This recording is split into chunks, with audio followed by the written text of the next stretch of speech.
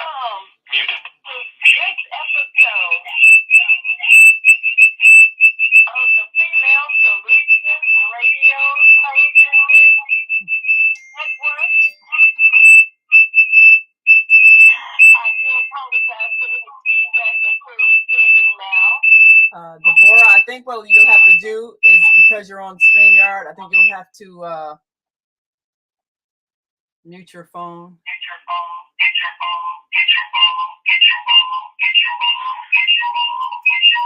Unmuted.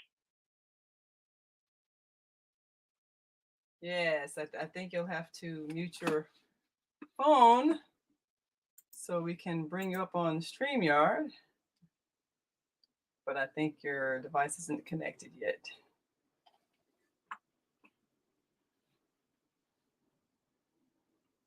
Okay, so, Yes, you have to unmute your phone. Okay, I'm unmuted. All right. You know what I'm going to do? Let's see. Let's try that. Okay. Now, if I bring you up on StreamYard, but your camera isn't on yet.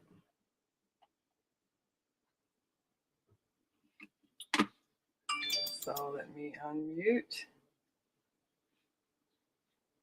All right.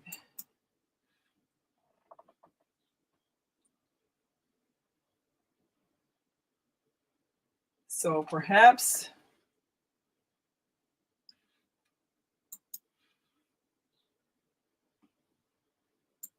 we can try that again. And What I am going to do is, I left the studio. We're trying to do this technical stuff. We need an engineer, you all.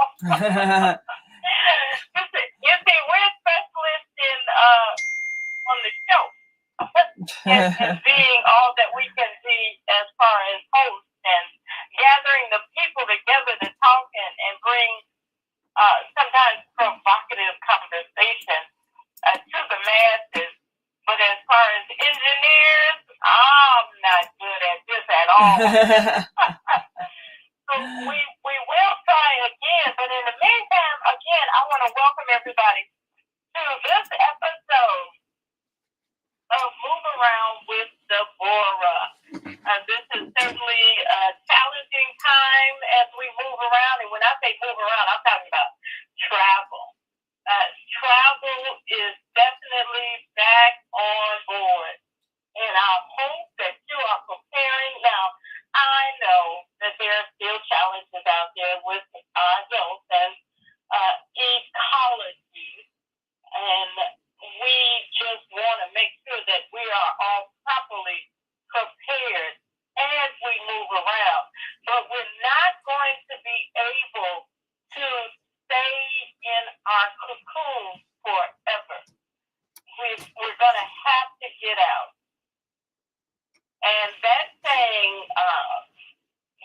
us getting out, is moving around from our own abode. I mean, we've got to go out. We've got to shop. We've got to go see the physicians. I know that the internet is something that most folks are working through. They're communicating. Matter of fact, I communicate on a regular basis with my extended family. And actually, we're communicating even more because we all live in different states, different areas of the country. So it is amazing how we have now been brought together by focus of Zoom and other peripherals that are available to us in fellowshipping. But we need that touchy-feely. We need that human touch. Everybody wants that human touch. And I know that sometimes we get into a situation where we just don't want to get out. But getting out is what you have to do. So prepare yourself. And prepare yourself to travel.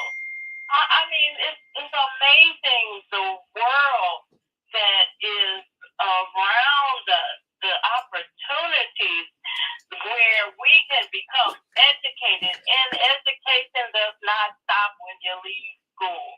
No, education stops when you're no longer a part of this earthly being. And I don't know, maybe education continues when you go to the other side. That is certainly a possibility. I haven't been there, so I cannot say yes, that is a fact, or no, it isn't. But I do know that travel is amazing, and I myself have begun to travel. Now, we are still working on this camera issue with me.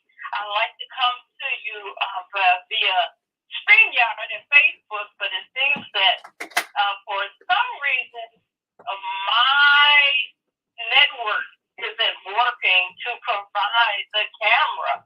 So we'll just have to come to you from audio until we get it together. But nevertheless, travel is something that we have to prepare for. Just like you plan a meal, you have to plan for your travel.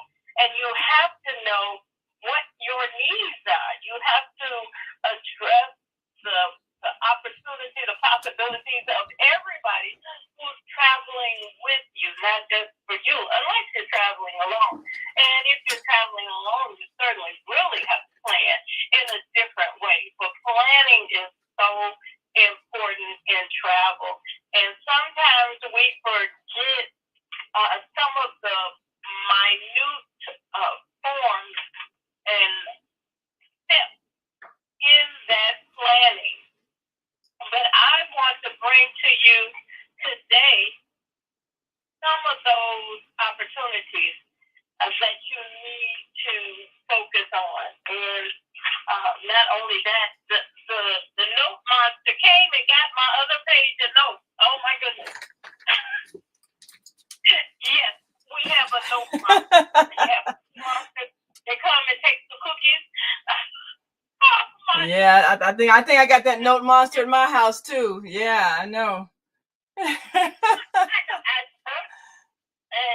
sometimes when you don't have your list, you like, oh my goodness. So I do know that I always like to focus on flying. That's my primary mode of distant transportation now, because I just don't have the stigma to drive or to ride the distances that I once had before.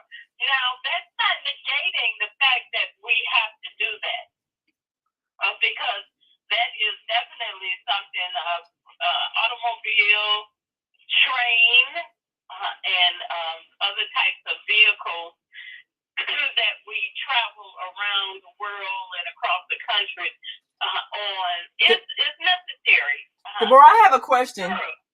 I have a question, Deborah. A lot of people are becoming increasingly hysterical about various things that may be required, and especially if they have been used to regularly being able to travel outside of the country. And because some countries are a little bit leery of people coming from outside because of COVID, they have not allowed Americans to come into their country. Do you keep a current list of things like that, such as travel bans, or I know that there's been talk about requiring people to show a vaccination record in order to, I don't know if it's to purchase tickets. I haven't been planning to leave the country lately, so I haven't really worried about it, but I know that there are people who, because of business or maybe family that lives abroad, they're planning to possibly have to leave the country or hoping to be able to leave the country, but they're concerned because different countries are kind of not letting Americans come, because I guess our COVID rates are still high and our contamination rates seem to be growing. So what do your current lists tell you in terms of any countries that are making any particular requests for vaccination records, or just flat out saying, from America, you can't come, you're not welcome? I mean, has it gotten to that point in certain countries, as far as your research shows? What happens is, and each country has its own set of rules, and the rules are so fluid that it may have one rule this morning, and this afternoon it's another rule. I mean, look at even our own location. We happen to be in the Midwest, in a major metropolitan city, and the city put down a mandate for masking again. That went into effect on Friday, and on Thursday the county put out a mandate that Monday masks are required countywide. Now, it's not for the state, and that's just for our state. So it varies now with different states and cities and even school districts. Everybody is just up in the air. So it is so fluid that any list that may be put out today will change tomorrow. As far as traveling to other countries, I mean, Canada just began allowing Americans in across the border into Canada last week, and you have to show inoculation cards. And now that in itself is so flimsy, because they just arrested a doctor the other day that was selling cards over the internet. Wow. People always find a way to make everything illegal. I mean, why is it people always, the crooked mind will always figure out a way to do things wrong and make money off of it? Now, even in regular travel instances, there is a website, travel.us.gov, that tries to keep up with what the current travel status is. And I mean, they even have it to where it's okay for you to travel, or it's a high alert. They suggest not to travel, and then in some cases you cannot travel too. And that's for Americans going into other countries, and that's typically good. But I would suggest that anyone who is traveling to another country, if they're allowed, first off, you need to have a passport, and then in some cases a visa. Now, passports, if your passport is scheduled to expire within a year, I suggest you go now and get that passport renewed, because the delay in getting the return of a passport is so great. You don't want to wait. And I say within a year, because in some places, your passport has to be valid. Say if you were to travel to another location today, your passport has to be valid at least 6 months prior to the date of your return. So if you're returning next week, your passport has to be good for another 6 months after next week. And that's to get back into the country. Now, so you want to make sure that you have your documents, and you can only have one valid passport. But I would suggest that you have your copy of your passport, 2 copies. One that you leave home with your emergency contact person, and the other that you take with you and store it in a separate location than you would your official passport. That way, if something happens, you would have that document, because you're not going to be able to use your driver's license or your state ID in other countries. That's not valid. You know what I would suggest also? What I would suggest is have a digital copy of it in your phone. Take a photograph of it, so that it's stored in your phone, and even email it to yourself just in case something happens to your phone. You can always pull up your email, but if you have it where it's stored in a place that you can access it anywhere, just being able to get online and get to your email, I think that covers all the bases. Because sometimes you're someplace where, I had a friend that went overseas and got robbed, and all their stuff was gone. And so you can imagine when you have no ID to show who you are. And if you're someplace where you don't have, pardon me, if you decide to travel and you are not connected with a group of people and you're somewhere, by yourself, you have to find somebody who can help you even though you don't have anything to show who you are. So that means you have to have a way that you can access your information even if you have nothing physical on you. And that's why I would always suggest, email a copy of your documents to yourself so that it's always stored somewhere. I guess in the cloud, it's stored where you can get it. Right. Yeah, that is something that I need to put on my list.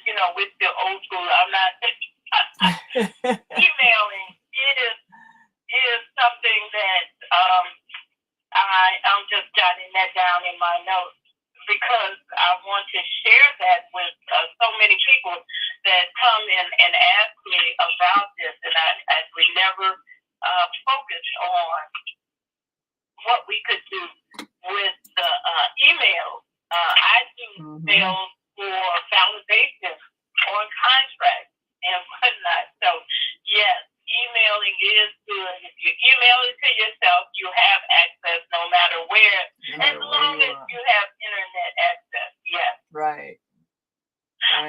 Another thing that even though the date has been pushed back, I think it's now March 2023, the real ID. If you're going to get your driver's license renewed, you might as well get the real ID now when you go through the renewal, because that is coming, and you'll need that to travel, to fly domestically across the country. You'll need that real ID, and I'm sure they'll be using that for other reasons as well. Oh, always. So identification is important. Tracking, all kinds of things. I didn't realize, when pardon me, here in Chicago, when on the public transportation, when they first got that bus card, I forgot what it's called because I haven't used it in a while, but it's some kind of travel card that you keep putting money on it. And it's a permanent, public transportation card. I didn't realize it also had a tracking mechanism, so you could look up that person's card and see where they have been. So if they lose the card, you can see where was the last place they had been, or if they come up missing, you can see where was the last place they've been because the card tracks you, because each card has a number and all of that. And I didn't realize that. So I'm just looking at technologically what we're able to do in terms of verifying who a person is, where they've been, how long they were there.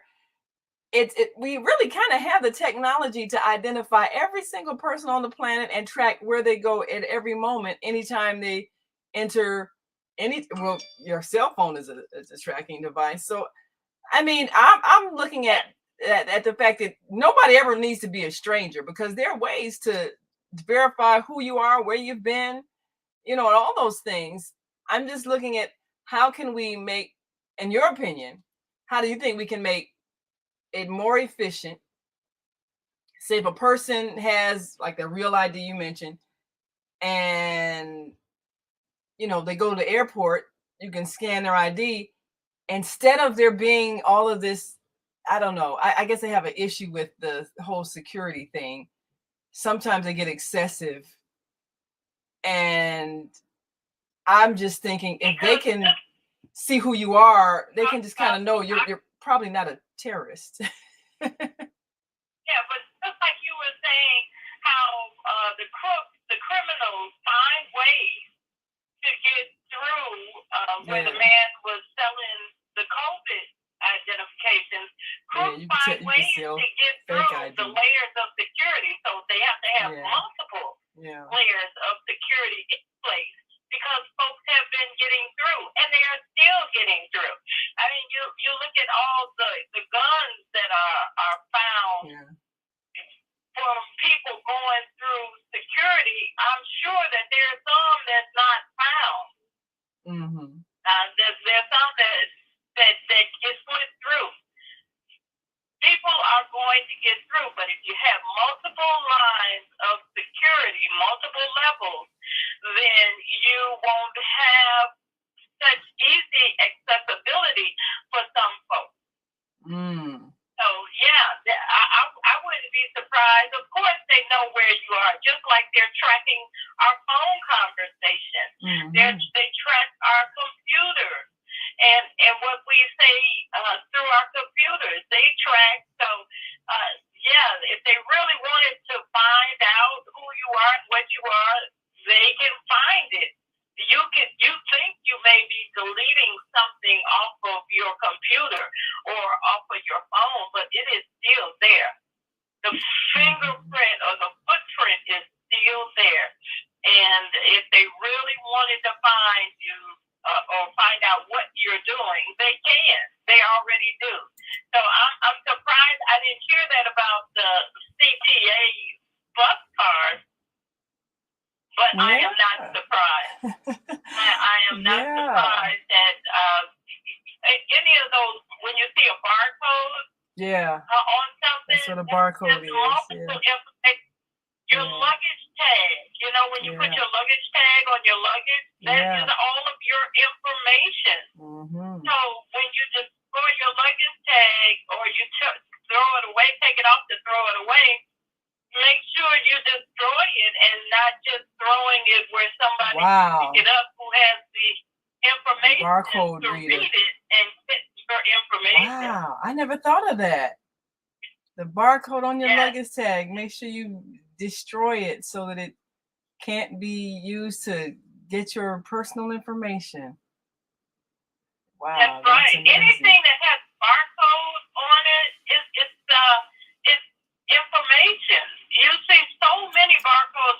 You can even get a commercial on television now, and they say put your phone up to the barcode and get more information about this. I believe sandals is one of the travel industries that are doing it.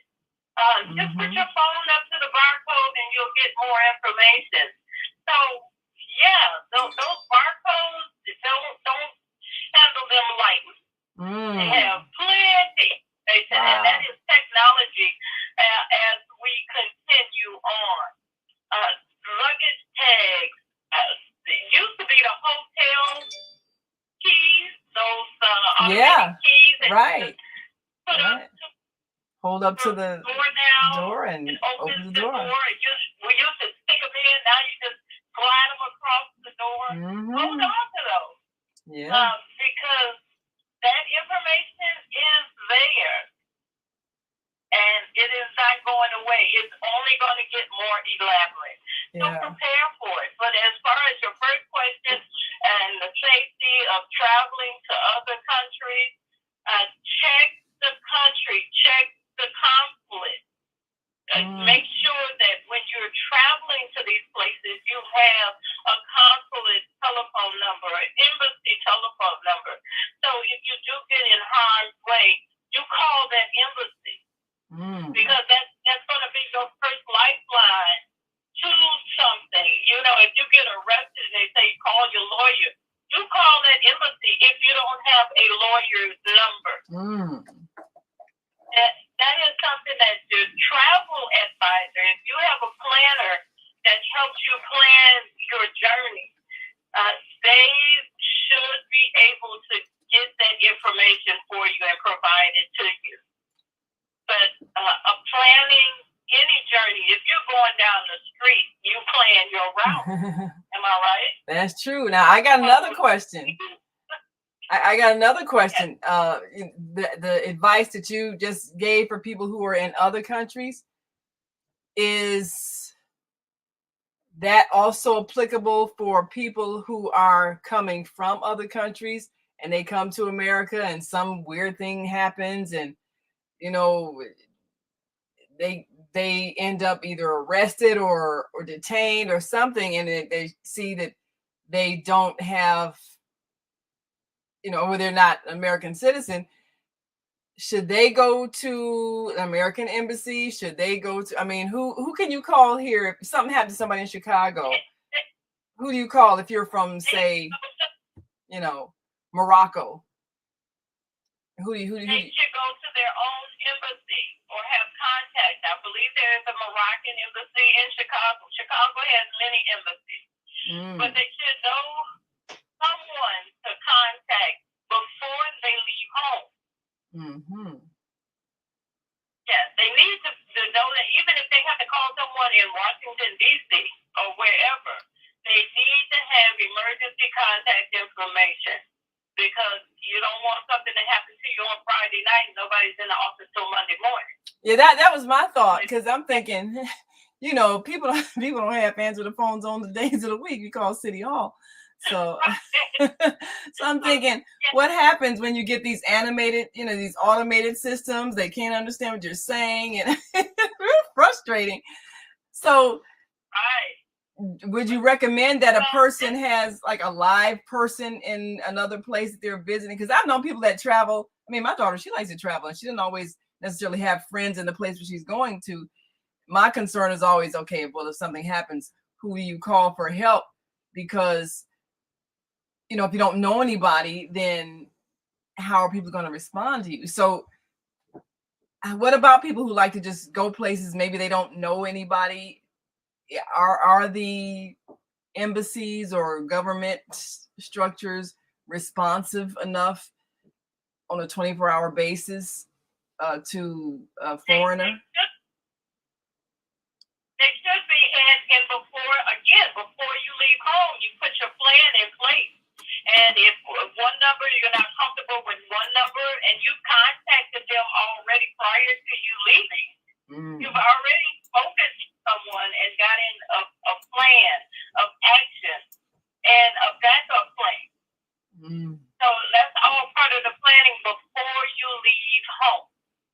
So it's time for our first commercial session. We have to address our advertisers, and we have a few guests on the line. Thank you all for being here listening. If you'd like to join into the conversation, please press 1 to let me know that you want to be a part of this and give your input or your experience or your ideas. And we will speak further with you about that. And for those of you who are listening, you can always give us a call at 1-515-605-9325. That's 1-515-605-9325, and press 1 to speak and share with us. We will right back.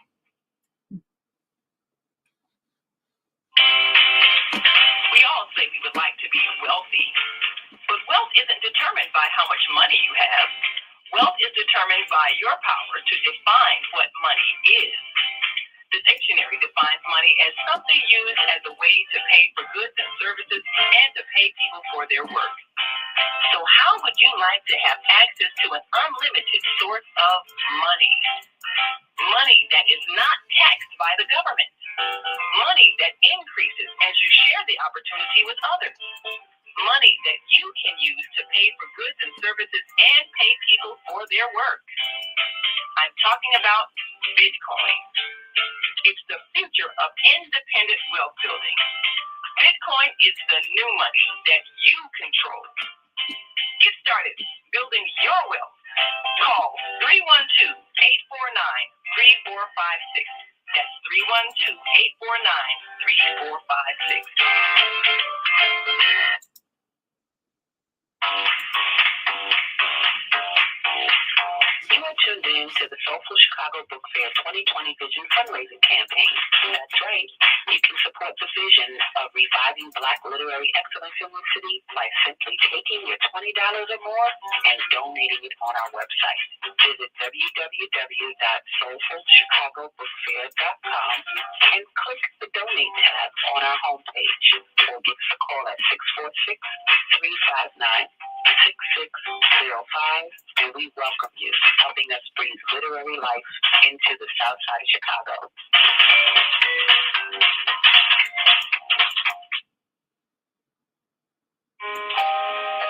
We have an opportunity to transform the whole global society in the next 50 years. 50 years from now, the Earth will be populated by a new generation of adults, many of whom are yet unborn. Our mission is to nurture them in childhood with love, guidance, and protection, and to raise them in healthy, happy families. If we impart values of compassion, generosity, and respect for fellow human beings in the next generation of children, they will create a world where people can live together in peace. This is our goal. Be a part of the transformation. Get your copy of the book, The Female Solution. Go to www.naimalatif.com. That's www.naimalatif.com.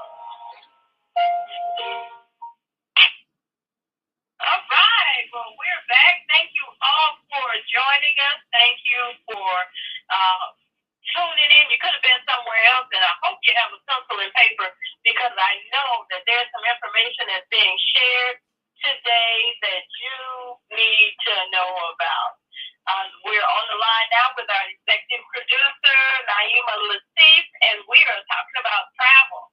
Now, what I want is for those folks that's on the line, if you just press 1, we can certainly bring you into the conversation and have a good old time while we're still here. We were talking about security, safety, TSA. That's another thing. TSA pre-check. That's another level of security. So typically I like it because you don't have to take your laptop out of your bag as far as other electronics. You don't have to take your shoes off. You don't have to take your belt off and that type of thing when you're going through TSA. Typically. Now, sometimes you still are subject to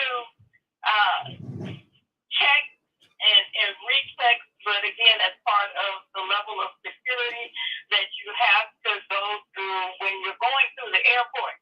I got another question. Yes, go ahead.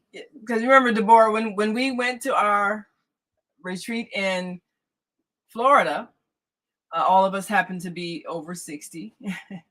This was the first time I'd actually requested a wheelchair. And we all kind of did that.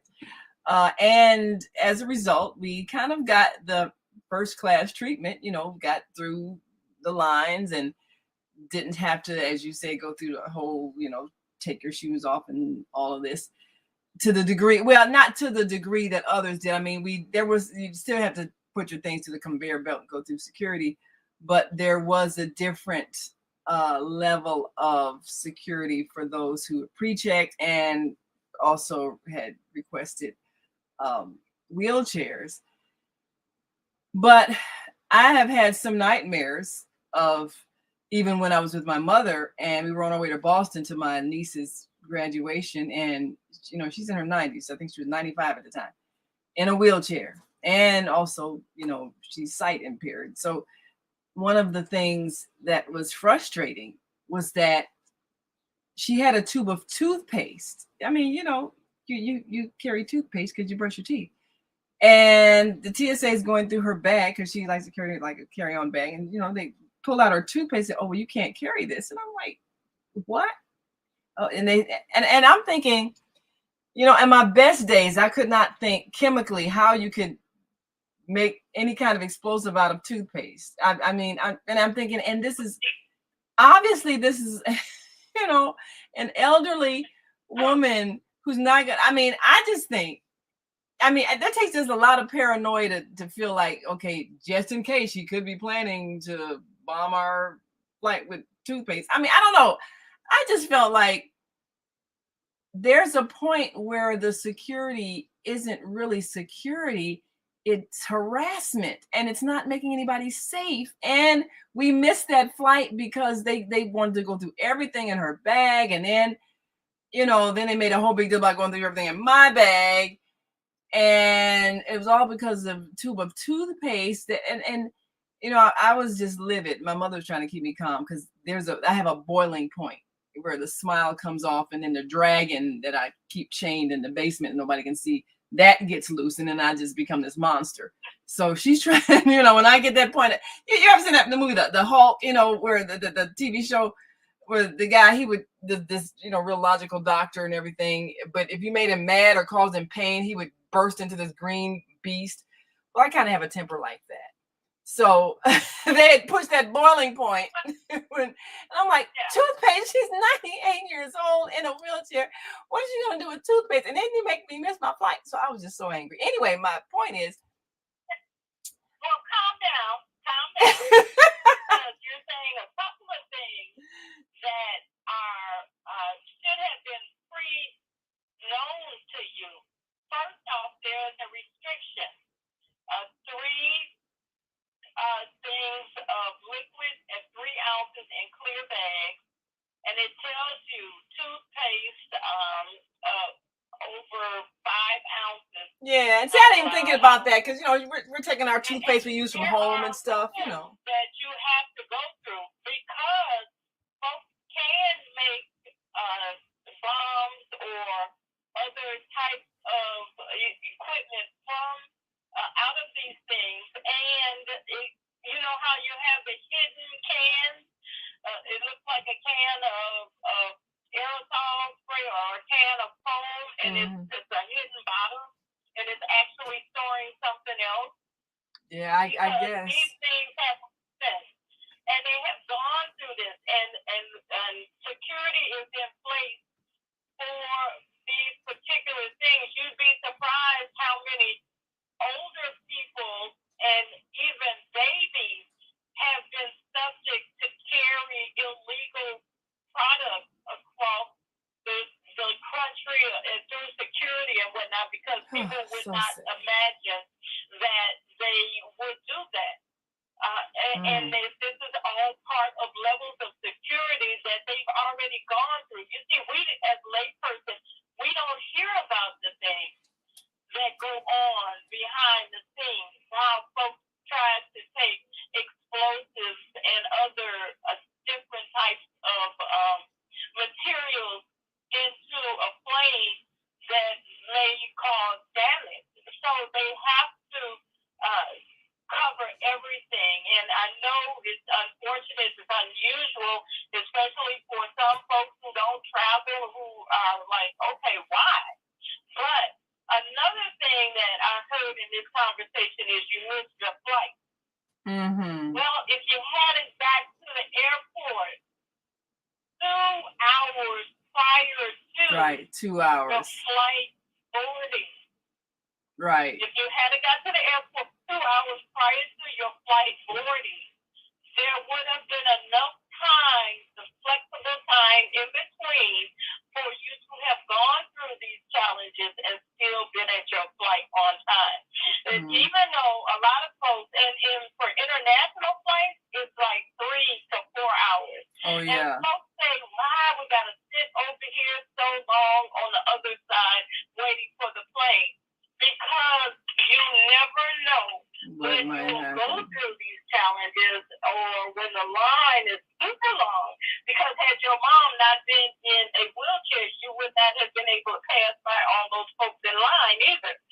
Remember those long lines that we were able to pass by? Right. Well, I guess that was the whole thing. It was like, okay, we got the wheelchair privileges, I guess, but then to get stopped at that point, and it went on and on and on, going through all her little things. I mean, and of course, elderly people, they carry a lot of different things, medications or whatever. Just let it go.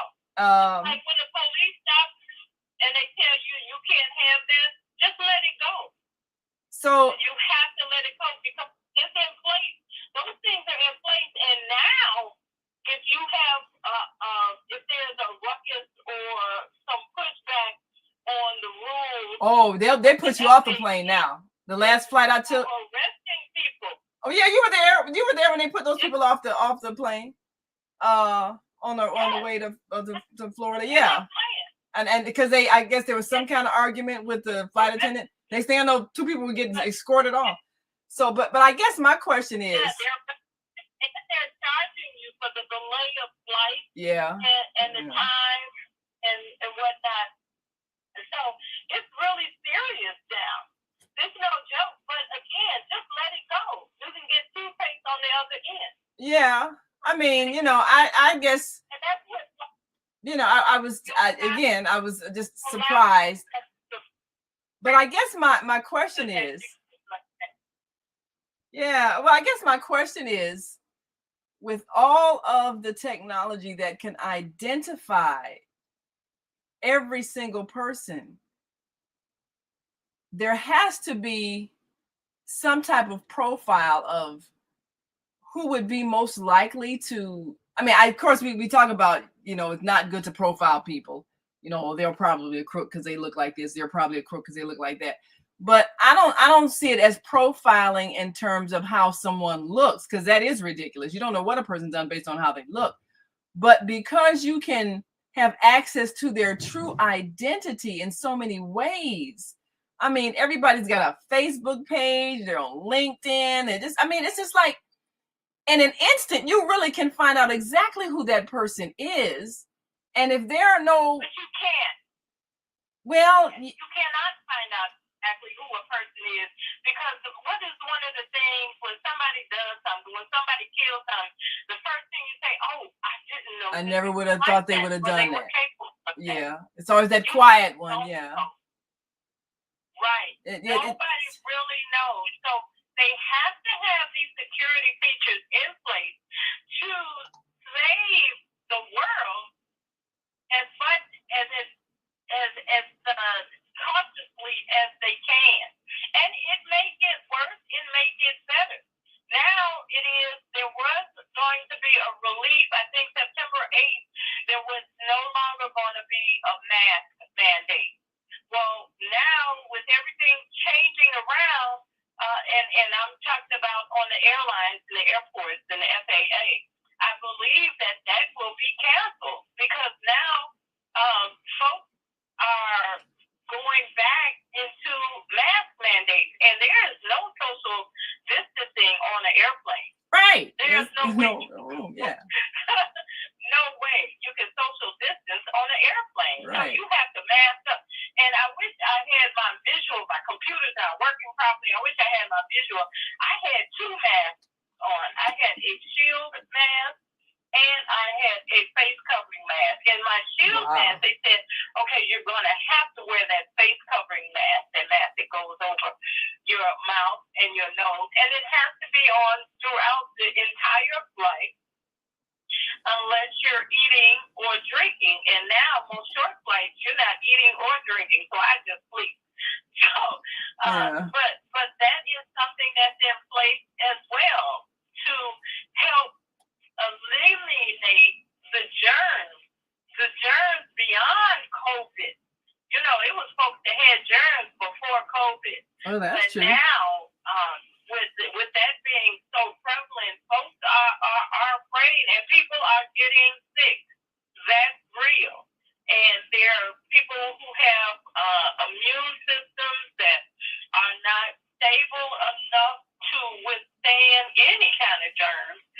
So, but are they restricted to where they can't travel? No. You want to be able to get out and enjoy your life as much as we can before we no longer have our life.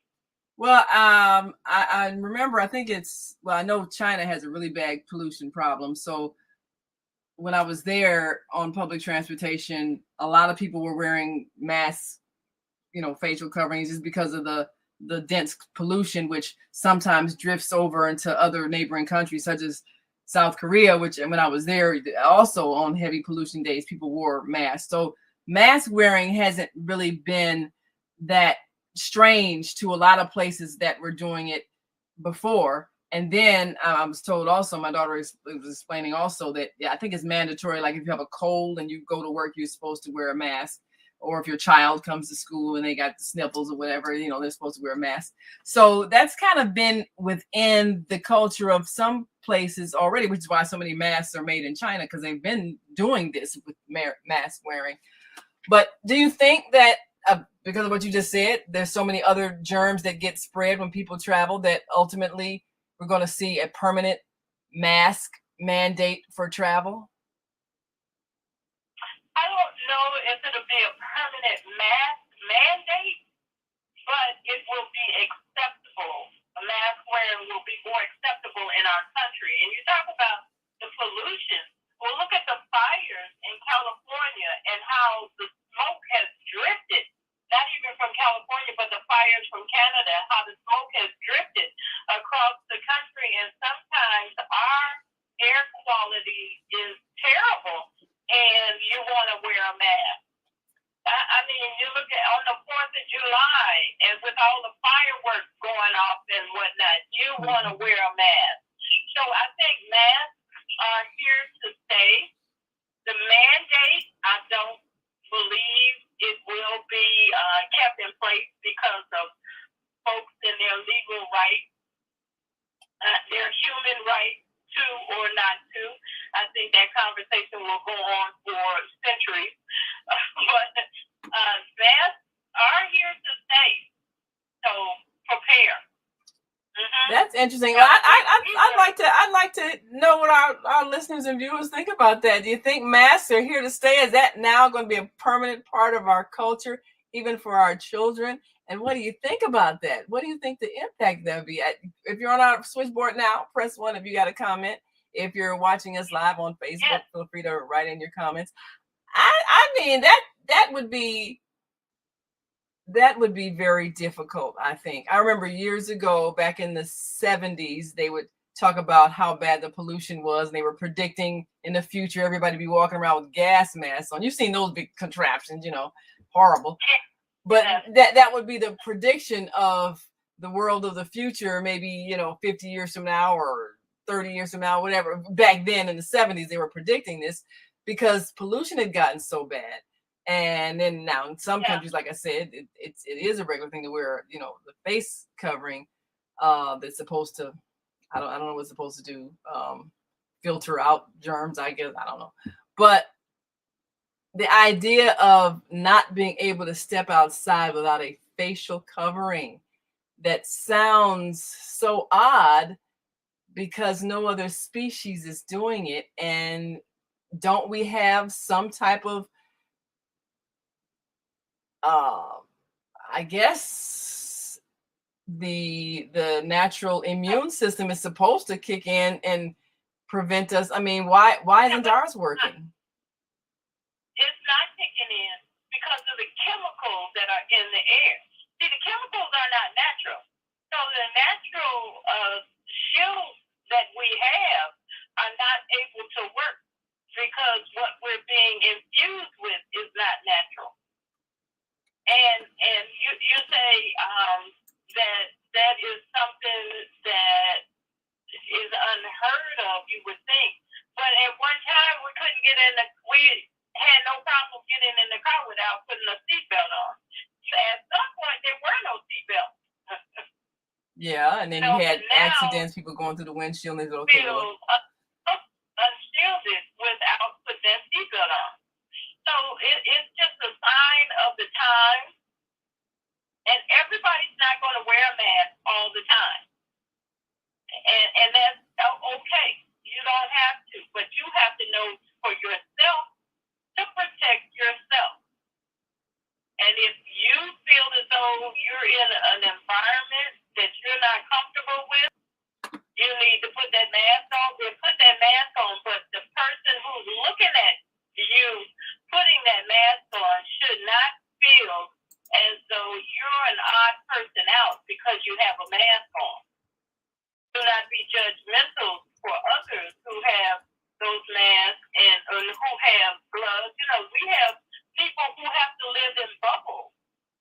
Yeah, because they don't have an immune system. Right. So now, their immune system. So I mean, that's understandable for those who really have, some severe acquired immune deficiency situations where they. So why is it understandable for them and not understandable for someone who has a mild case? Well, I guess my thought is. Because it does at one time. It might be us one day. Well, that's I guess that's what my question is. I mean, we're sharing this earth with dogs, cats, birds, all other kind of oxygen breathing mammals. So my question is, how are they able to function normally?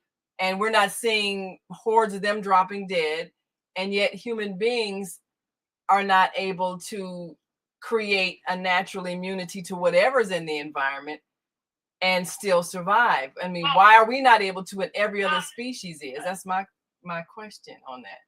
I'm not sure, but we have a caller here at 443-224. I'm opening up your mic. 443-224. Welcome to the call. Please introduce yourself and get on this topic. Can you hear me? Yes. Yes, we can. Oh, I'm just sitting back listening. I'm just enjoying the conversation. So she raised an interesting point. I don't have the answer to it because I'm not an immunologist about why cats and dogs don't get as sick or dropping dead and people are getting sick. I was listening to somebody on the TV, on the radio, and they called this a plandemic. They didn't say pandemic; they say plandemic. Mm-hmm. And I have to agree because I believe that this COVID is I don't know if it's a biological kind of warfare agent, but it's something that was made in somebody's lab or researched. So this is, there are patents on it, on the coronavirus, as well as all of these vaccines for it. So yeah, I think it's man-made, and like what Debbie said, that it's not natural. So like we have hairs in our nostrils, and men have a mustache.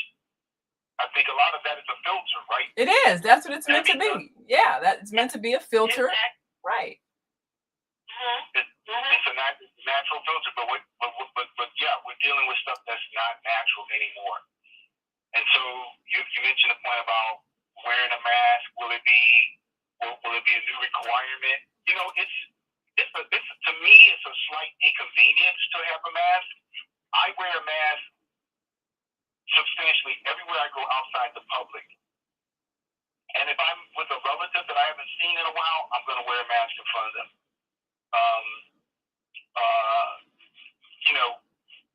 I do some construction work, so I wear a mask, right? For fiberglass fibers, for sawdust when you're kicking up sawdust. People who are working on automobiles, they wear it because they're dealing with brake dust. It's like it's a small inconvenience when you, in the grand scheme of it all. Think about it. I think someone else mentioned today about if your children were sick, or if you knew somebody in the school was sick, and let's assume it wasn't coronavirus, it was something else, like just a common cold or something that's less severe. I know I would have my children wear a mask, or tell me, don't go by so and so, don't touch the doorknobs with your bare hands. Wear these plastic gloves, or here's a bottle of Lysol, so every time before you touch the doorknob, you spray your door. You would be cautious, and I would rather be high on the side of caution and wear a mask and wear a face shield, especially if I don't know the conditions of the people that I'm around. I don't know how they've been governing themselves, and so it's like what you do to protect yourself. It's not like, I don't want to wear a mask because of my freedom and my right not to wear it. It's because you want to protect yourself too. That's right. I have a question. Yeah. What's your name? What's your name and where are you calling from? My name is Jerome, and I'm previously calling from Maryland, but now I'm calling from Chicago on the south side. Welcome, Jerome. Okay. Naima, you said you have a question. Yes. I remember when we were first having the battle over people who wanted to smoke, and there was a battle over those who didn't want smokers to be able to smoke indoors in various buildings. And ultimately, you know, they had the smoking policies where you couldn't be inside a government building, couldn't be inside certain buildings, couldn't be inside restaurants, you know, so people had to step outside. But that was a real battle. And people were talking about, I have a right to smoke, ignoring the fact that they're seriously polluting the air and causing harm to people who might have something like asthma, where they could actually trigger an attack and cause that person's death. And yet they were fighting for the right to smoke. And I'm just trying to wrap my head around that. Like, how is that a right to pollute the air? So I appreciate the fact that people were conscious of the air belonging to everybody, and therefore you shouldn't pollute it. And I did see people, like I said, in the Asian countries, they've been wearing masks for if you have a cold, because you don't want to pollute the air with your coughing and sneezing if you know you have a cold. So I do get that. But what I'm having difficulty believing is a normal or healthy reaction is the idea that masking is going to be a way of life, because there are always germs. And if your body doesn't produce an immunity to the natural germs, you're not going to be able to survive. So are we believing that masking is going to be a way of life? And is it because we're not willing to stop what we're doing to create pollution? Or, you know, what? Yeah. So is that where we're projecting the future is going to be? That's how it's developed thus far.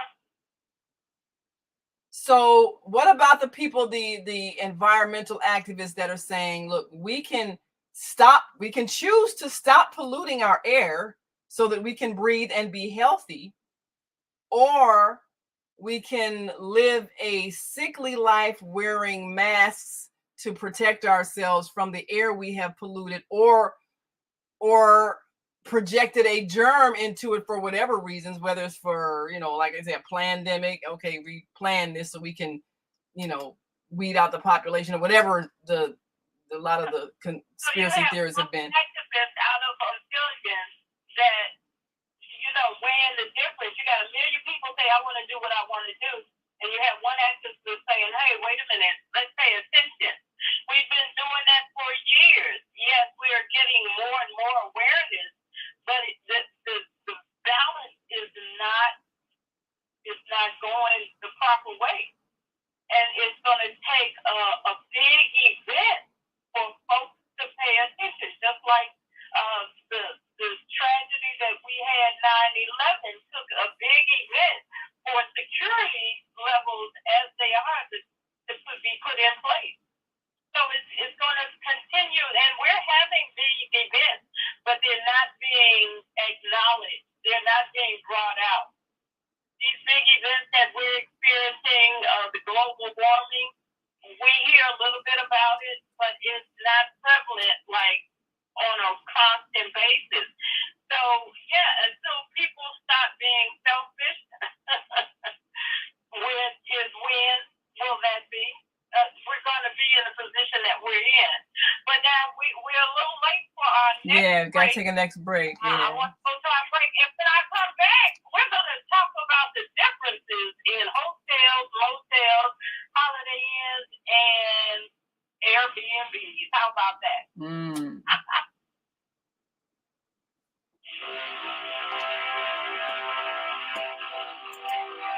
Do you want want to live in a world without war? Join our global peace movement. Heavenly Culture World Peace Restoration of Light transcends culture, religion, ideology, and other boundaries to achieve peaceful harmony in the global society. HWPL is committed to bringing world peace and cessation of war through peaceful dialogue between religious groups. I am Director Shin-Suk Kim of the HWPL Chicago branch of North America. Join us for our next gathering. Call 773-580-1501 and be a part of the movement for world peace. Email us at chicagohwpl@gmail.com.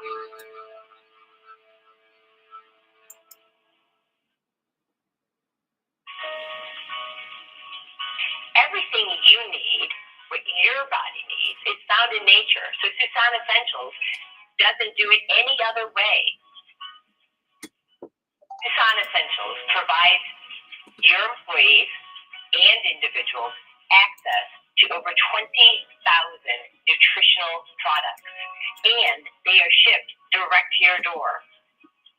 Because Susan Essentials is certified in plant-based healing, we're permitted to offer you the best nutritional supplements on the planet. They're non-GMO and sustainably produced, and we take the guesswork out for you.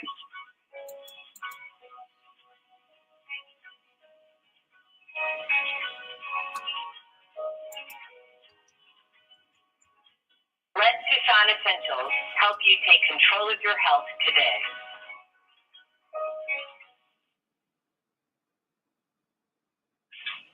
Hi, I'm Naima Latif, executive producer of the Female Solution Global Radio TV show. We are a part of the online network of Associated Internet Radio hosts. On Air. On Air empowers you with transformative news and interactive radio TV shows. This is such a wonderful time to be alive and to see our human family coming together as one community as a result of that powerful tool, the internet. We can now talk directly to each other all over the world. There's no need for conflict or misunderstanding. There's no need for violence to solve our differences. We can talk to each other face to face until we reach an agreement. On Air offers a fantastic global guide to communicators from all over the world who are using their internet platforms to inspire us to strive to be our best selves in order to become the kind, compassionate, loving people we were all born to be. Once we do that, we'll see planet Earth transformed into a place of peace. Subscribe to the recommended YouTube channels, Facebook pages, and podcasts created by these Voices of Enlightenment. On Air provides daily news briefs and a weekly magazine to keep you abreast of events and opportunities. On Air news affiliates in television, radio, and print share information, insight, and interviews with notable personalities. Go to onaireverywhere.com for a daily dose of uplifting news. We're on air everywhere, online all the time. As well as here at the Female Solution, every day, Monday through Sunday, we are here providing information, lifestyle information, and improvement to everyone. Even though it's the Female Solution, it does not mean that the men cannot reap the benefits of what we have to share. Again, Monday through Sunday, we are here every day. Monday through Friday, we're here at 7 a.m. And I'm giving you time, Central Time, because I'm used to Central Time. I'm not sure what time slot you're in.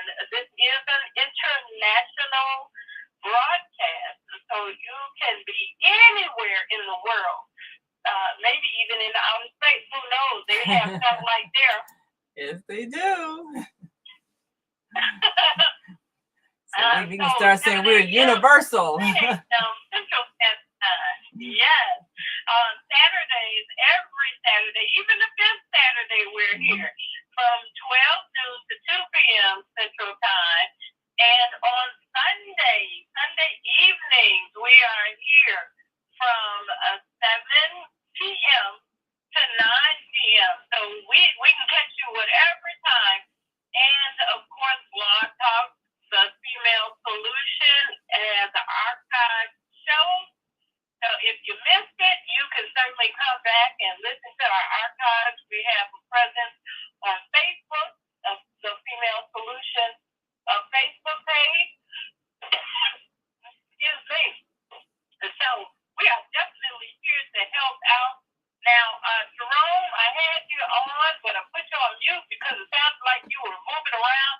Were you finished discussing with us what you had to share before we move on to enlighten some of the folks about the differences in hotels, motels, Holiday Inns? Are you still there, Jerome? Okay. He's moved on, and we appreciate Jerome coming on and sharing his insights. He is definitely full of valuable information, and I certainly hope that he comes on our other times to share the wisdom that he has and to receive the wisdom that we have to share with him as well. Hotels, motels, Holiday Inns. You know, the reasoning for this particular topic, and this is just part one, so I didn't mind getting that other information, that valuable information that we shared with you for the first hour, because security and you understanding how to move around the world is very vital. And each of those topics will be revisited, and we will expand on them even more in the future on Move Around with Deborah. I want to get everybody so they're ready to travel. But you need to plan. Just like I mentioned before, when you're leaving your house, you plan a route to get to the store that you're going to or wherever you're going. You got to plan a route. You have to plan. You have to put in your mind what you're going to do, where you're going to do it, and with whom you're going to do it. Well, it's the same with travel. Now, when you plan, it could be overwhelming for you, and we understand that. That's why you research and you find the best travel advisors that you can find. I myself am a travel advisor, and that's why I know a lot of this information, and I'm here to share it with you. So if you have any questions or concerns or want to focus on a particular topic, please email me at Deborah, that's Deborah, thefemalesolution@gmail.com. Again, send me a message to let me know what you thought about the show. And if you have any questions, concerns, disagreements, we accept them too. Let me know and email me at Deborah.thefemalesolution@gmail.com, and we will certainly answer that. I'll answer that directly, and we'll also maybe infuse it into one of the shows, because if you have that question, someone else may as well. I thought I came across this topic because I know many people are beginning to travel. They're traveling as families. They want to travel as groups. They want to fellowship a little better, and they're begun renting those Airbnb. And I say Airbnb homes because Airbnb is like the name that most people understand. But you have to know in your planning, what is it that you want? What direction do you want to go? Who's traveling with you? What is the outcome? What is your end result that you are gaining? And it doesn't have to necessarily be family. It could be friends. It could be a small corporate gathering. But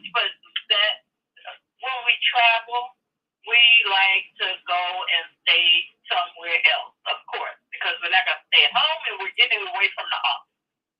So Deborah, Motel. the guest home that we stayed in Florida, would that be considered like a Airbnb, bed and breakfast kind of place because it's a whole house more or less, as opposed to hotel rooms? Now Airbnbs don't necessarily have to be houses. They could be condos. They can be rooms. It's just someone who privately owns this property and is renting it out. And that's a business that a lot of people are getting into as well. That's in part 2 and 3 of this episode. Yeah, and I did stay in one. Let's see, was that in Japan? I think it was. Yeah, I think it was in Japan. We stayed at. It was really nice. It was, a house, and I guess in those situations you have access to the kitchen. You're cooking your own food, and it's. I mean, it's a home atmosphere. Because I think the owner was gone on a trip or something. Where you have to cook, clean. Yeah, you have to clean up after yourself. I guess that's one of the differences. It's just like your own house. There's no maid service, so you have to wash if you use the kitchen, you got to wash the dishes. Because we were actually sharing the house with a couple other families, because my daughter and myself, and then there was a couple other families because they had like bedrooms, big bedrooms where people could stay. So it's like we're all sharing this house, but everybody had to be conscious of putting away, wash your dishes after you're done and put them away, clean up after yourself when you use the bathrooms, because we're all sharing the same bathroom. So I guess it's kind of like sharing a house with people, except you're probably not as messy as you are in your own house, because, these are strangers. Right. And who wants to cook all the time on vacation? If you go to a motel, now understand motels are like mostly on the side of the road.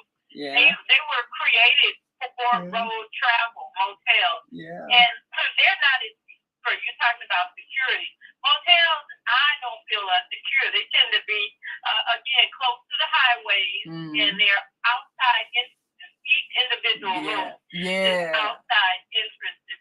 Yeah, and there's no long-term stay. It's like maybe overnight or a couple of nights or something like that. Yeah. And you're in and out. Then hotels can get a little bit more elaborate. Hotel rooms are typically buildings, a structure, 2 or more floors. They could be 50 to 200, 300, 400 rooms. For hotels, you have more of a room service capability, where motel, you don't have room service.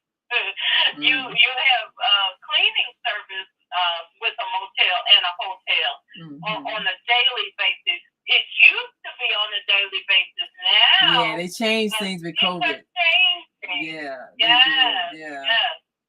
Even during when COVID was full blown and I traveled, I had to go to the front desk to get any fresh tiles or sheets and that type of thing. So that was a little different.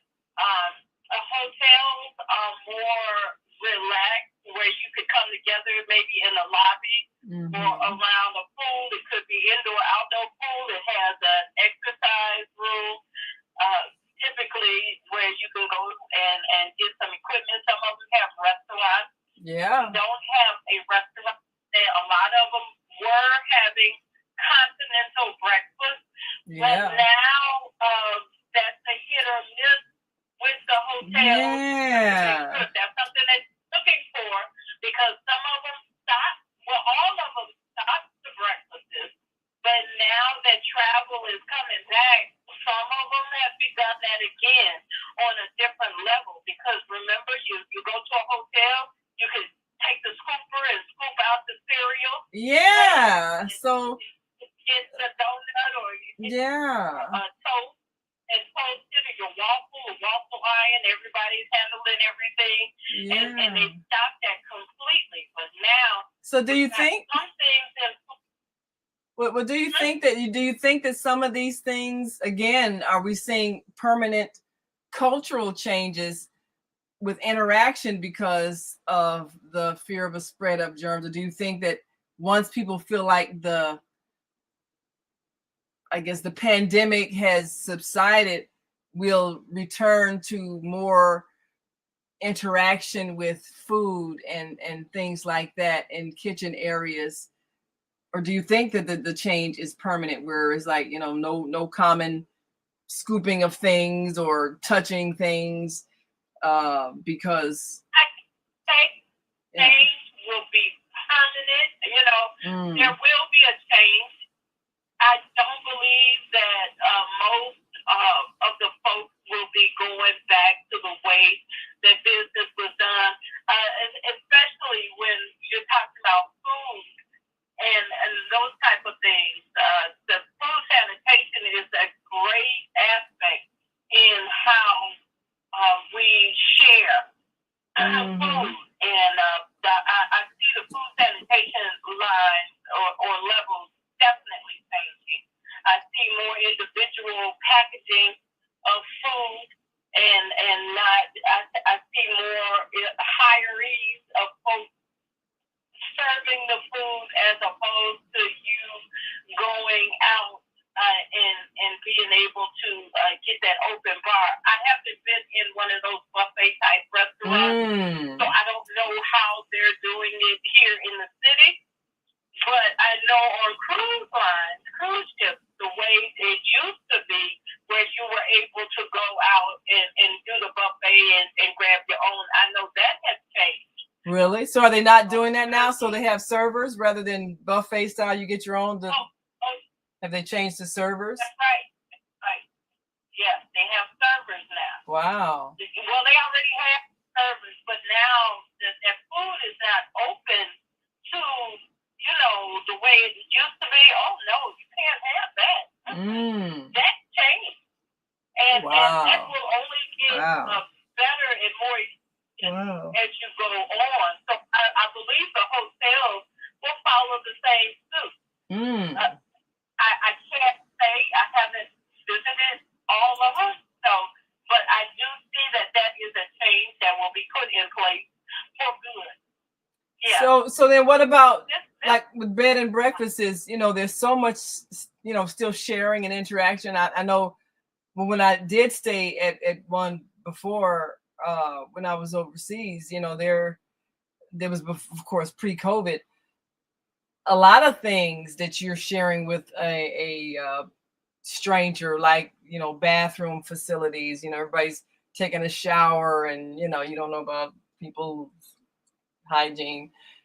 So does something like this affect the bed and breakfast, the Airbnb industry, because people are living in, sometimes, some of the facilities might be where you're sharing them with, another group or something like that, if it's large enough, but it's still, you're sharing common stuff like a kitchen and bathroom. So you have to protect yourself. And now, even though I just visited a home, it was an Airbnb type home, and I took my own towels. I took my own pillowcases. I did not take my own sheets. But I did look and make sure that, you pull the covers back to make sure that there's no extra stuff in the sheets. And if there's dark sheets, always whenever you go to visit someplace, if they have dark sheets, you ask for new sheets. When you go into a place, even a hotel or a motel, if you're not comfortable with the cleanliness, you have kind of a sense, you can request an entire new bed linen. That's including the comforters and the pillows and all that. You can request that and take your own. If you're one of those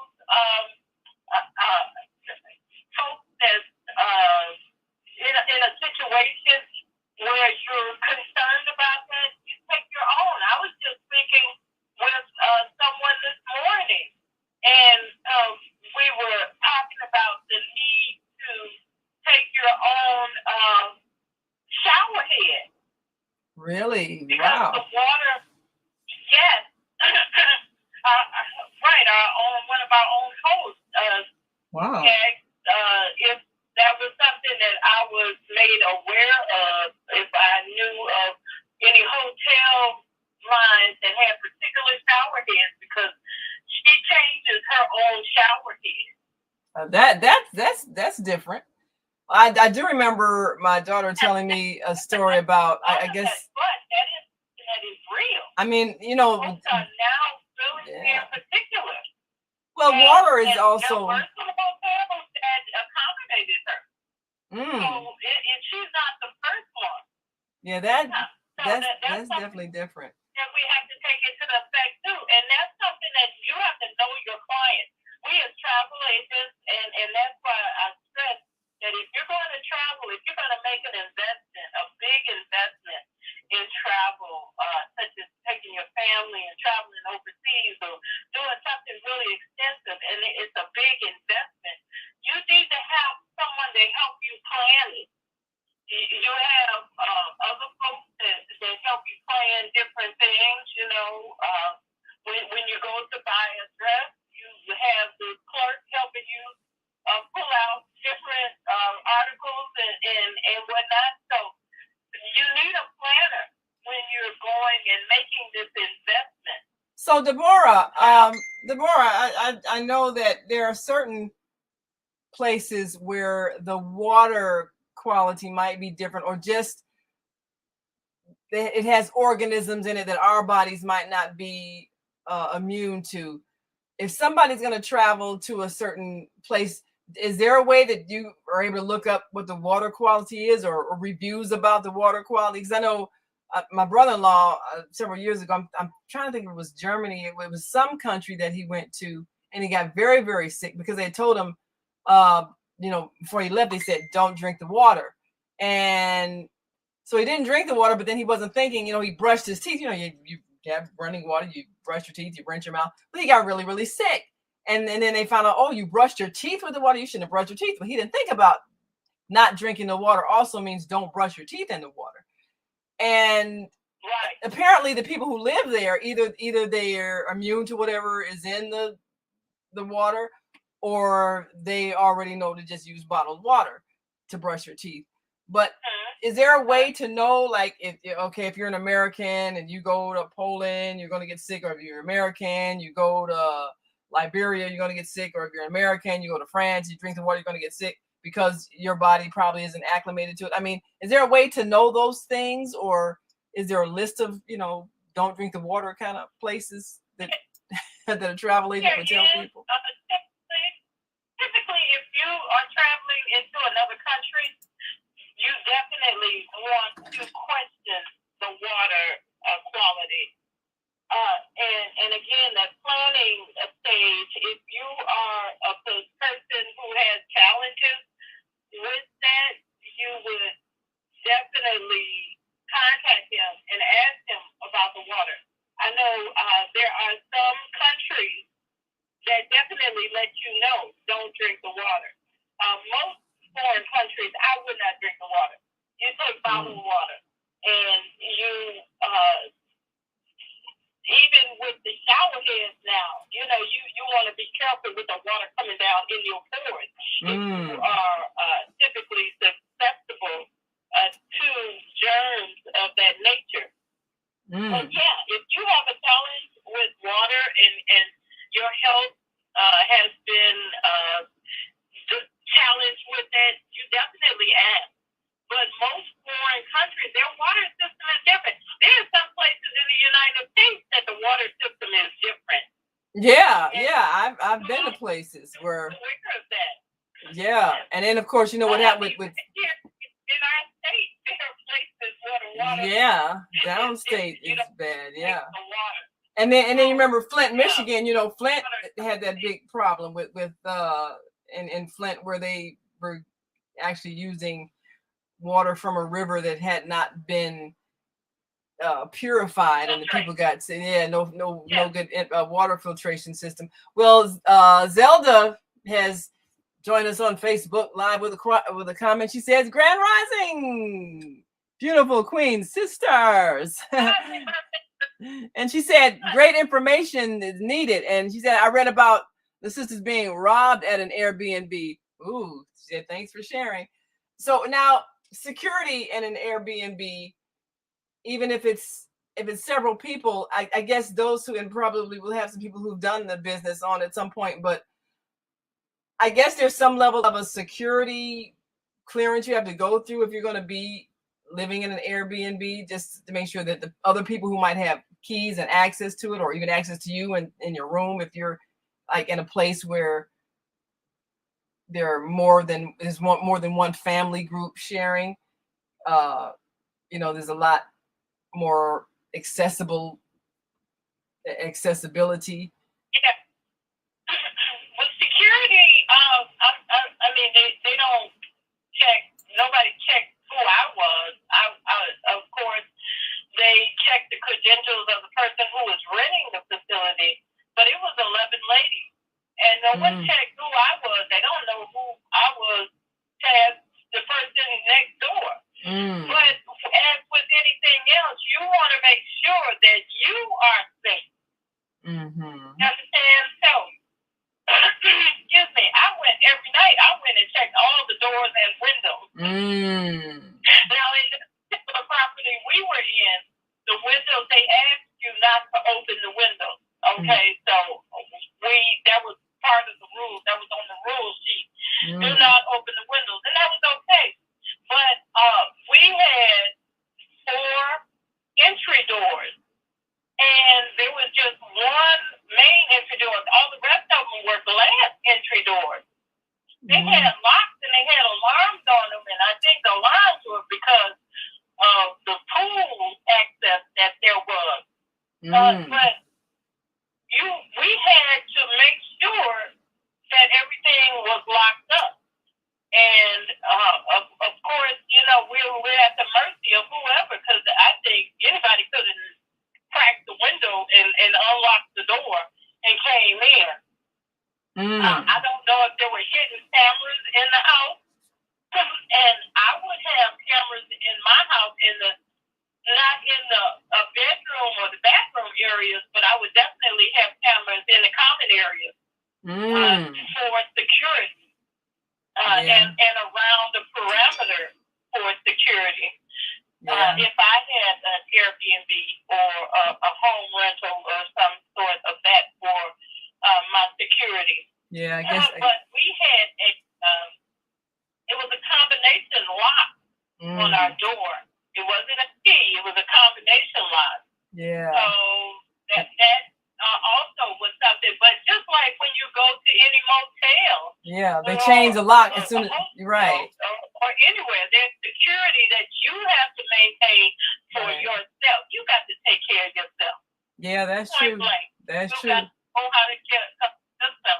Yeah. And I'm not saying just because you're an open carry state and you have a carry license in your state that you can go to another state and open carry. Remember, we had a show about that. Oh, yes. Our police officer that was on talked about carrying weapons across state lines and how they're not allowed. Every state is different, right? Yeah, you have to. Absolutely, yeah. Security is all the fact wherever you are. That is true. That is true. Wherever you go, so you have to be aware of that. Right. Let me. Oh yeah, time for our next yet again, because break. Yeah. We're going into our last 30 minutes. Oh my gosh, this conversation. That's why I said part 1. Right. This conversation is definitely key. But if you have a question, please call us at 1-515-605-9325 and press 1 to talk to us about what we have going on here at the Female Solution. And hold on, let's do some more commercial breaks. Oh man, God sent the monthly sun bill today. This sunlight is really expensive.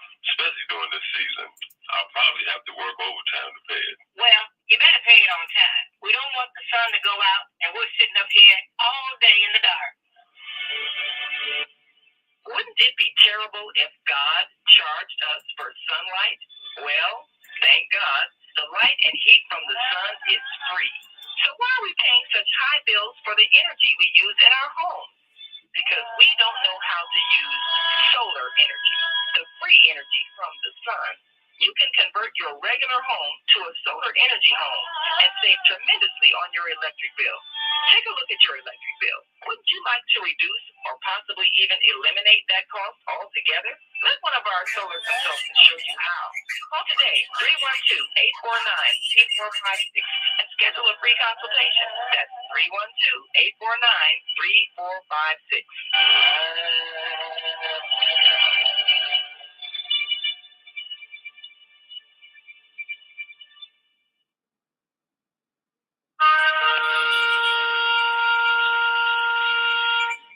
I'm Beata, your holistic life coach. These days, it's more important than ever to work on your physical, mental, emotional, and spiritual health. Are you consciously breathing deeply in stressful moments? Do you have a plan or daily routine to maintain balance in your awesome body? Are you struggling to be disciplined in your eating habits? When you partner with me, I'll help you develop a personalized health plan that works for your particular lifestyle. You can find out more about me at yourholisticlifecoach.com, where you can also review my 3-step protocol to guide you to abundant health. That's yourholisticlifecoach.com, and I'm Bianca.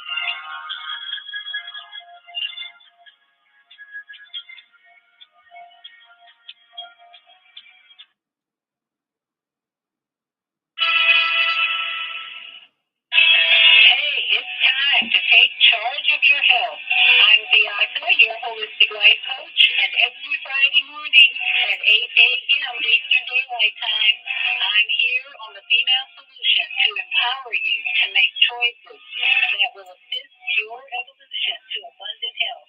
I'm also blogging every Sunday evening at 8 p.m. Eastern Daylight Time at Soul Purpose Healing, where I bring you a spiritual chiropractic adjustment to bring you back into alignment with our Creator's love, compassion, and wisdom. Join me every Friday morning at 8 a.m. and Sunday evening at 8 p.m. for a time of unity, and love vibration. Shalom.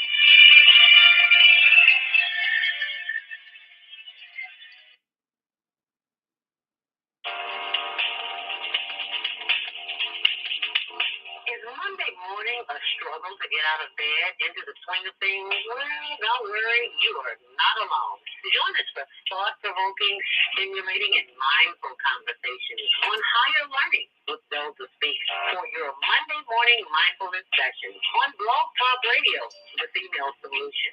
Mondays, 7:30 until 9 a.m. Be sure and send your ideas, thoughts, comments, and suggestions. Also, if you'd like to be a guest on the show, visit DeltaSpeaks.com and send us your info. We'd love to have you. Experience mindfulness moments with the mindfulness/stress relief coach, Delta Speaks. And thanks for sharing the mindfulness moments with us today. Stay on purpose, stay empowered, and stay tuned to the next session of mindfulness on higher learning with Delta Speaks. And make it a mindful day. Thanks for listening.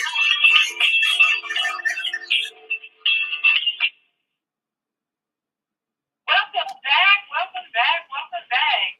We have a guest, another caller, 770-654. Please announce yourself, your name, and where you're calling from, your concern about this topic. I'm Lynette Wingard. Can you hear me? Yes, I'm Lynette Wingard. Oh, Lynette. I'm wonderful. Lynette Wingard. Is that the name? Okay.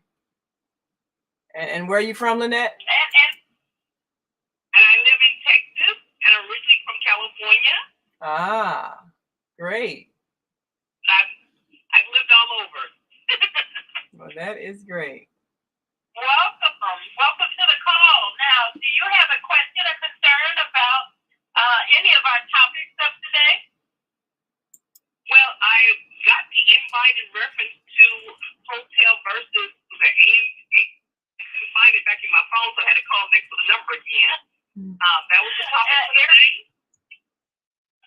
The Airbnb, yes. Yeah, versus hotel. Yes, we were talking about the differences in hotels and Airbnbs, and I find that Airbnb is great to fellowship, but if I'm on vacation and I don't want to do anything, I don't want to clean and cook or anything like that, the hotel and resort line is best for me. What do you think about that? I agree. I am a foodie, and I love traveling all over the world, which I've been blessed to do tours. And I have done the other choice when I was waiting for my home to be built. And like you said, it entailed me meeting other people that I didn't even know that was living right next to me in the Airbnb. And also, like you said, if I'm going and I'm planning to cook for a getaway, that is good. But when I go on vacation, I am time to shut down. Or if I'm doing a retreat, I want to be wine and dined and loved on by that hotel from beginning to end. That's right.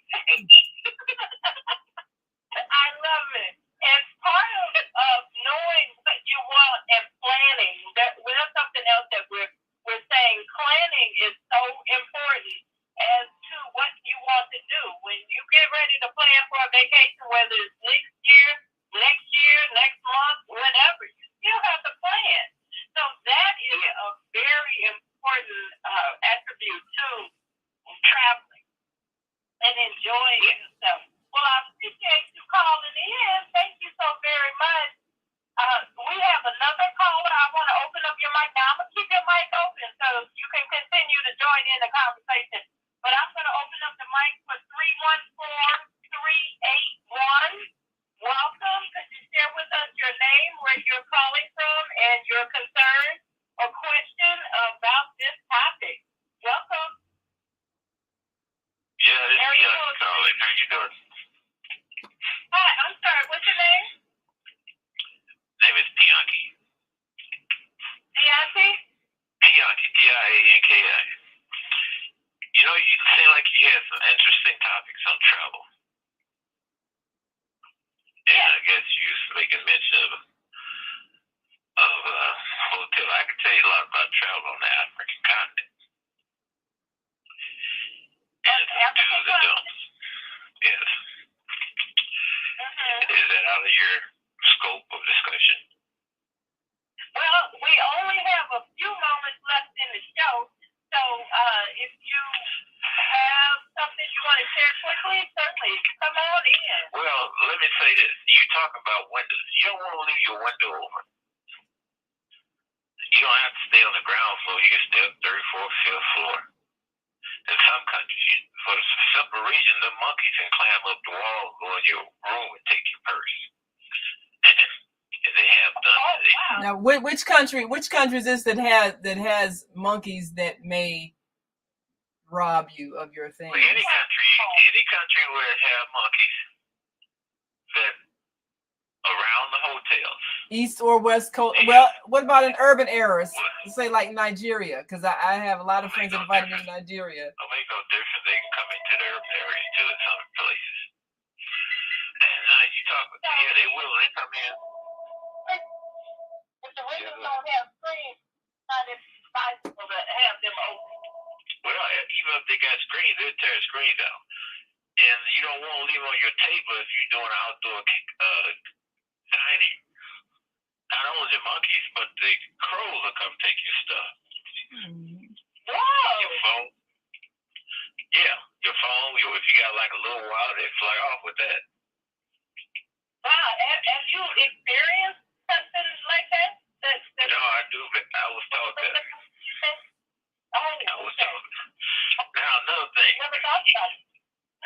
The bacteria in these countries is what your system is not used to. So it's not only the water, you got to drink bottled water, but the dust that you breathe too. Now, I know a lot of blacks that don't want to take shots, which is okay, because we we used to be able to take that exemption form. Mm-hmm. Dr. Africa had one in the back of his book, and we fill that out and show our religious exemption. Yeah, there were some people when we went to. Along that yellow card. The yellow card was a yellow fever shot. Yeah, there was some. Well, Okay. Deborah, when I went to Liberia, there were some people in our party. I went there for the I think it was 1994 Conference of Mayors held in Monrovia, Liberia, and there were some people in our delegation that did not want to get vaccinated because there were several different shots you had to take, and they did, I think, fill out an exemption. But there was something I think you have to do if you I don't know if it's a some kind of waiver form or something that they had to show where the country wasn't going to be responsible if they caught malaria or something because they weren't vaccinated. Is there some kind of thing you have to sign if you don't? They give you something to sign. Go ahead and sign it. That's your purpose. Now, malaria ain't no joke. But see, the thing about malaria, and I think I've had malaria, you don't know, but you can contract this there at that country, and you can go to another country or even come back to your states, and months later it would flare up. And the danger in that, especially in the states, because if you go to the hospital and you're incoherent, they don't know what to look for. Yeah, I had a friend who got malaria. That's the last thing they would suspect. You catch malaria in Detroit. Yeah. I had a friend who traveled and got malaria, but they did recover. So I think people don't know it's something that you can catch but recover from with proper care. And Zelda says, you can. And Zelda says about the water. The shot then? Pardon me? So do you advise to get the shot? I don't advise nobody to get anything unless they want to. Because I know what I don't do. I can only tell you what I don't do. And, we different. All human beings are different, even in this country. Blacks are not the same in this country biologically in other ways. Another thing, you can get bacteria just breathing the air or the dust, especially if you're going down the road, and especially if you go in the city, there's dust on the street, you breathe that up, then it's going to get you. Now the results will probably be diarrhea, and that's the most serious that I have seen. Yeah. Now you said Zelda had something to share. Well, she said about the water, and brushing your teeth with water that some places might not be safe. She said brushing your teeth with the water still jeopardizes you because water is in your skin and the organs immediately upon entering your body. So even if you don't, even if you spill it out, brush your teeth with the local water. Right. You've sometimes you can't wash it. Many times or for a while. Yeah. You can shower in the local water, but you gotta use antibacterial soap. Yeah. She also says that and regarding, I guess, some of the water contamination, she said SusanEssentials.com has water systems for those family, for the whole family, which might be something if you're gonna take your family to an Airbnb at a place where the water's not safe. She said someone from Flint, Michigan needs to know about that because, I think Flint still has that problem. From what I remember, they still haven't fixed the pipe situation. And so the people, I think they're still having to use bottled water, and that's right here in the country, right here in America. People use bottled water in every city because they've been conditioned to do so. Actually, it's 3,000 communities that got worse water than Flint. You just don't hear about those. Yeah, right here in Crete. But we have one more, we have another guest on the line, and I'm going to open their mic up. I got a couple more things to hit you with. Yeah. Okay, we'll come back to Yeah. And 7 area code 72505,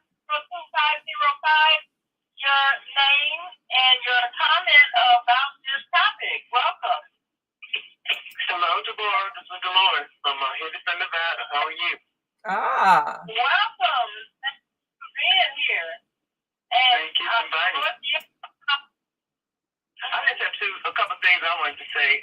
One is do a checklist for yourself when you're traveling to make sure you take everything with you, especially your passport. It should be the first one on your list.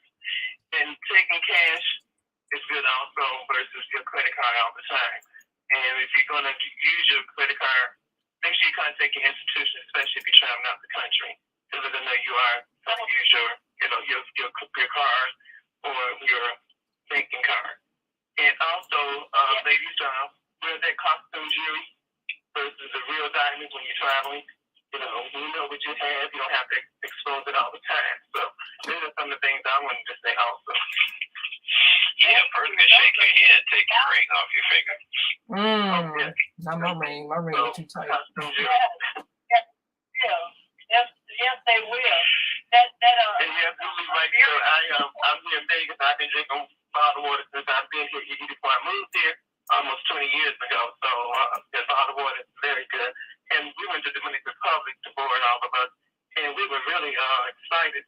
But we were also glad that our guide, on our way to the hotel, she told us to make sure we drink the bottled water, of course, and use it also to brush our teeth. So, like you say, I don't care where you go, even to Mexico, use the bottled water.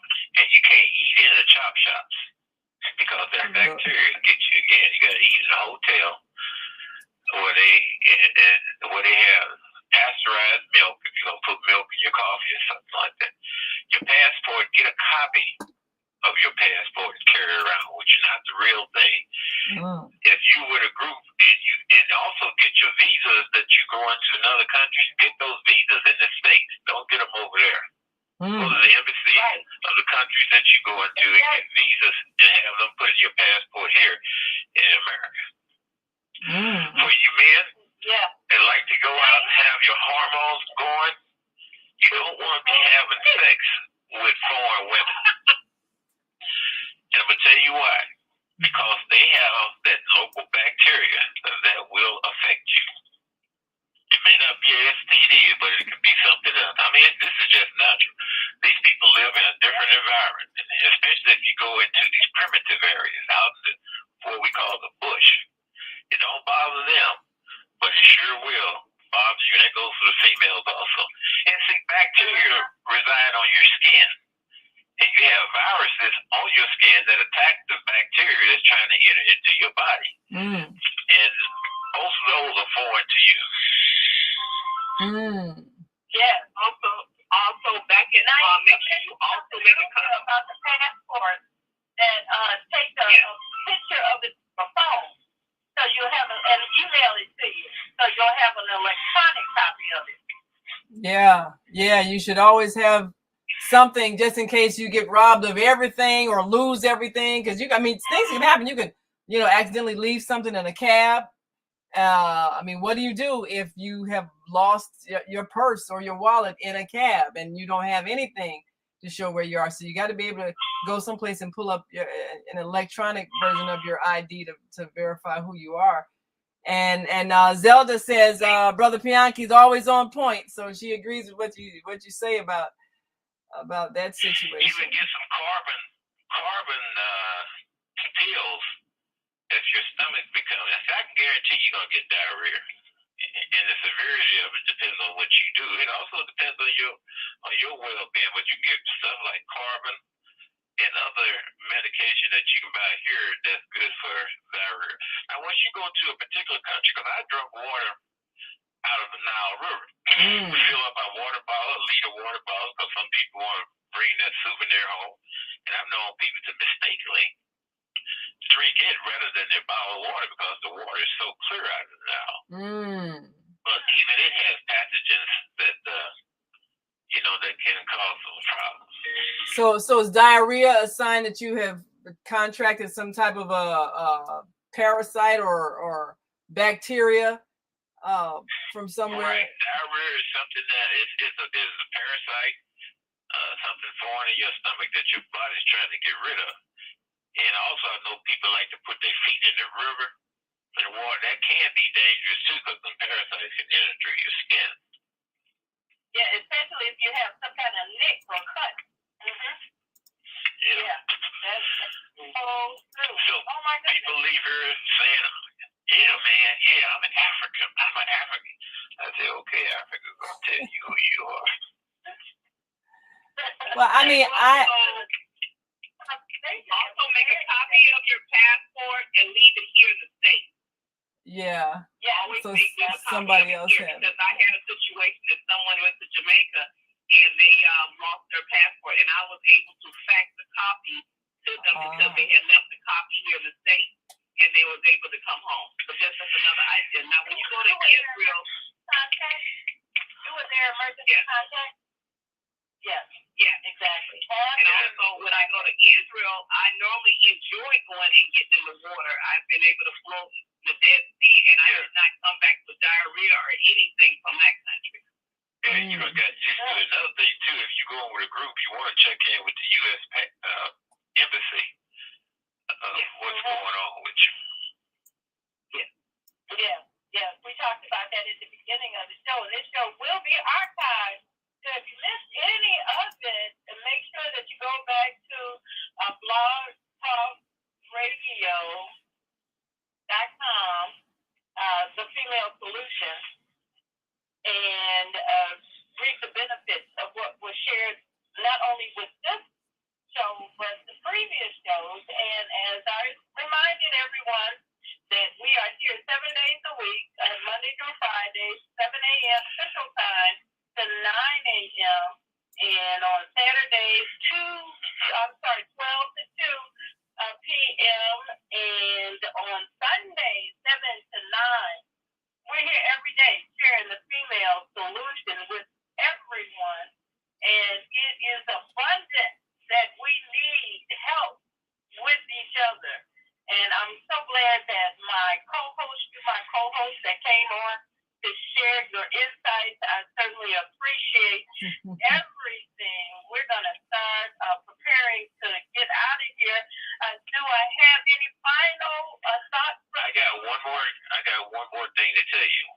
If when you're taking a shower, make sure you put your lock on your door, because some servants will come in your room while you're taking a shower. Right?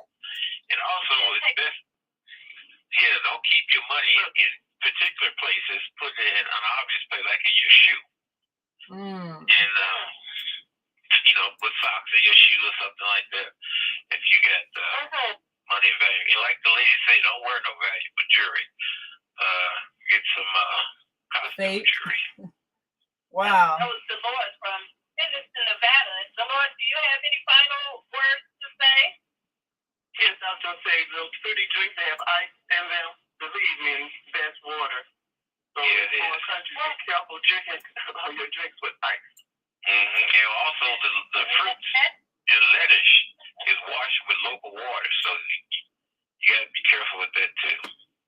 So, based on that, if you're drinking a drink and the ice is made with the local water, and the local water can make you sick, so does that mean you should get your drinks without ice? No, the alcohol will kill it all. Don't worry. Some kind of drink you be drinking, it kill everything. Do you have anything to say? I appreciate all the education. I do retreat called Rest, Renew, Restore, and you gotta be nervous at first, but you also pray, and then like you say, be mindful that of the items that people are educating with, but also remember just to enjoy yourself. Once you finally got to a destination that normally you have to fly so many hours, you don't want to be worried, but if you're educated, that is wisdom. And then after you've gotten educated, enjoy that wonderful time. That's right. Naima?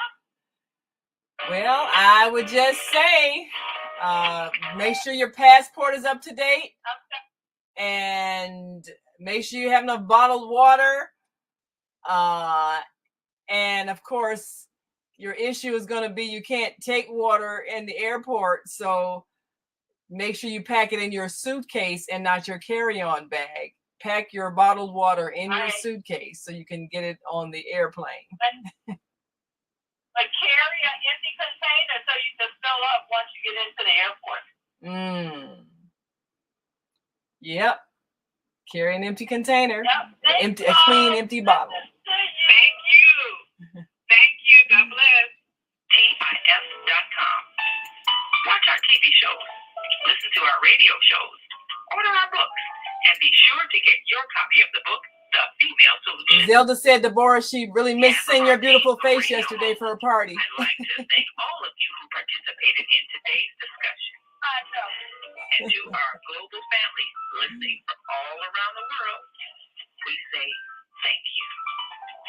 To our family in China, Sheshe, India, Dhanyabad, Japan, Arigato, Korea, Kamsahamnida, Russia, Spasiba, Germany, Danke, Poland, Dziękuję, France, Merci, Spain, Gracias, Italy, Grazie, Egypt, Shukran, Ghana, Medasi, Nigeria, Eshe, South Africa, Nyabonga, Senegal, Geret, Kenya, Asante, Israel, Toda, Pakistan, Shukriya, Afghanistan, Tashakor, Saudi Arabia, Shukran.